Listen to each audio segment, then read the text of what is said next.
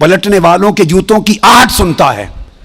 ہم جھگڑے کرتے پھرتے ہیں, خدا کا خوف ہونا چاہیے. عام میت پلٹ کے جانے والوں کی جوتوں کی آہٹ سنتا ہے. آپ کہتے ہیں اولیاء قبروں میں آپ کا سلام نہیں سنتے.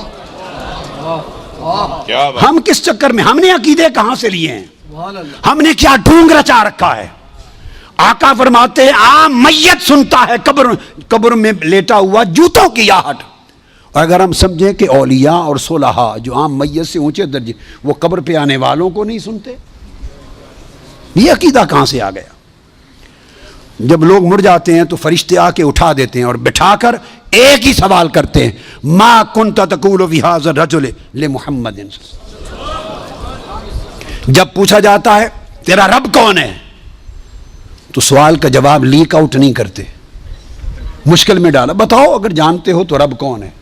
پوچھا جاتا ہے تمہارا دین کیا ہے, تو جواب کا اشارہ نہیں دیتے. اللہ نے اپنے سوال میں اور اپنے دین کے سوال میں مشکل رکھی ہے, اشارہ نہیں دیا. جب محبوب کا پوچھا ہے تو تھوڑا سا اشارہ بھی دے دیا ہے کہ میرے محبوب کے امتی گھبرا نہ جائیں. میرے محبوب کے امتی یا رسول اللہ کہنے والے کہیں مشکل میں نہ آ جائیں.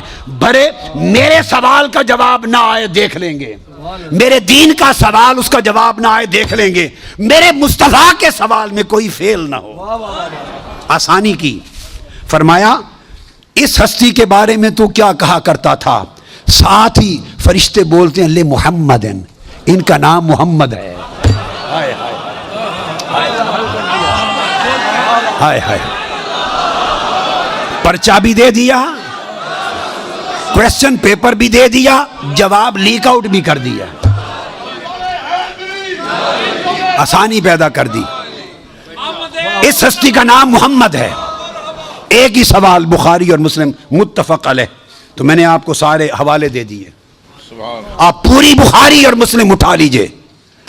کئی بخاری اور مسلم میں اللہ کی عزت کی قسم میں نے کئی بار, مگر حرم مدینہ میں اور حرم مکہ میں اول لفظ سے آخر لفظ تک بخاری اور مسلم کے ختم کیے, ایک ایک لفظ ختم کیا, اپنے بیٹے کو پڑھایا حرم میں. اور کئی بار زندگی میں کوئی شخص بخاری مسلم میں مجھے 3 سوال دکھا دے, میں اپنا عقیدہ بدل لوں گا.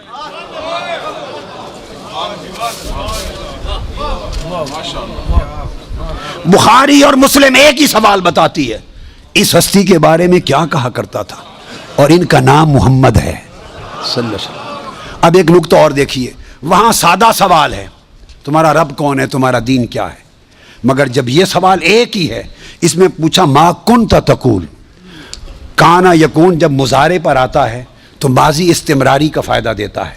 یہ نہیں پوچھا جائے گا جب قبر میں پردے اٹھا دیے جائیں گے اور چہرہ مصطفیٰ سامنے ہوگا, ملائکہ کے ہاتھ میں گرز ہوں گے کہ کیا جواب دے پاتا ہے یا نہیں. جب چہرہ مصطفیٰ سامنے ہوگا تو ہر بھولے ہوئے کو بھی سبق یاد آ جائے گا, پتہ چل جائے گا یہ تو مصطفیٰ ہے. چونکہ شان آشکار ہو جائے گی تو فرمایا یہ نہیں پوچھنا کہ ان کے بارے میں عقیدہ کیا ہے, یہ نہیں پوچھنا. فرشتوں پوچھنا ما کنت تقول, جب تقریر کرتا تھا جامع مسجد میں منبر رسول پر تو تب کیا کہتا تھا, جب جلسے کرتا تھا اور ذکر آتا تھا میرے مصطفیٰ کا, ما کنت تقول گلے پھاڑ پھاڑ کر تب کیا کہتا تھا, جب کتابیں لکھتا تھا تو میرے محبوب کی شان میں کیا لکھتا تھا.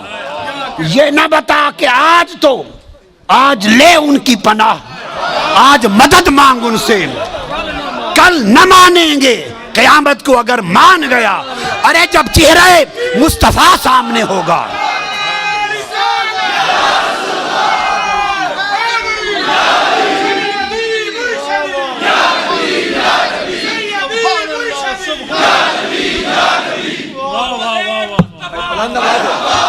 دونوں ہاتھ اٹھائیے, دونوں ہاتھ اٹھا کے سیدی و مرشدی, ارے سیدی و مرشدی.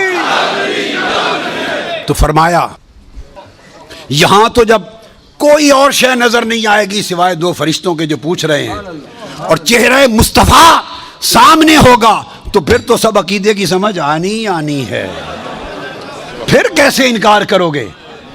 پھر تو سب سیدھے ہو جائیں گے۔ فرمایا آج کا سیدھا ہونا قبول نہیں ہے، آج پہچان لو قبول نہیں ہے۔ بتا وہ زندگی بھر کیا کہتا، کیا کہا کرتا تھا؟ ما کنت تقول، تقریریں کرتے ہوئے حضور کی شان گول کر کے آگے گزر جاتا تھا یا رک کے کھول کھول کے بیان کرتا تھا؟ جب شان مصطفیٰ، عظمت مصطفیٰ، رفعت مصطفیٰ، مقام مصطفیٰ، جب حضور کی شانوں کا، آپ کے رخسار کا، میرے محبوب کے گیسوؤں کا، میرے محبوب کے چال چلن کا، میرے مٹھن کا، میرے محبوب کے حسن کا، جمال کا، کمال کا، عظمت کا جب تذکرہ آتا تھا تو تیرا چہرہ کھل اٹھتا تھا یا مروڑ آ جاتے تھے؟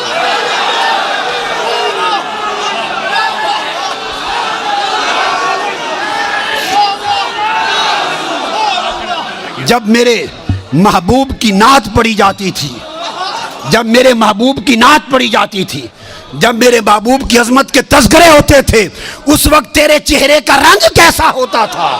کھلتا تھا یا پیلا ہو جاتا تھا؟ اور جب خطاب کرتا تھا حضور کی شان میں، ایسے دو چار جملے بول کے گزر جاتا تھا یا ساری رات اسی پر لگا دیتا تھا؟ ما کنت تقول فی حق ھذا الرجل لمحمد، بول کیا کہا کرتا تھا؟ کیا خوبصورت وہ عقیدہ پوچھا جائے گا جو اس دنیا میں رہا۔ تو فرمایا پھر مومن بتائیں گے کہ یہ حضور ہیں، اور باقیوں کو یہ متفق علیہ حدیث بخاری مسلم کی، امام بخاری مسلم کا عقیدہ یہ ہے کہ ایک ہی سوال ہوگا، فرشتے کہیں گے چھوڑے باقی گلاں نوں، اے دس اس سونے دے بارے چ کی آکھنا ہوں دنیا چ؟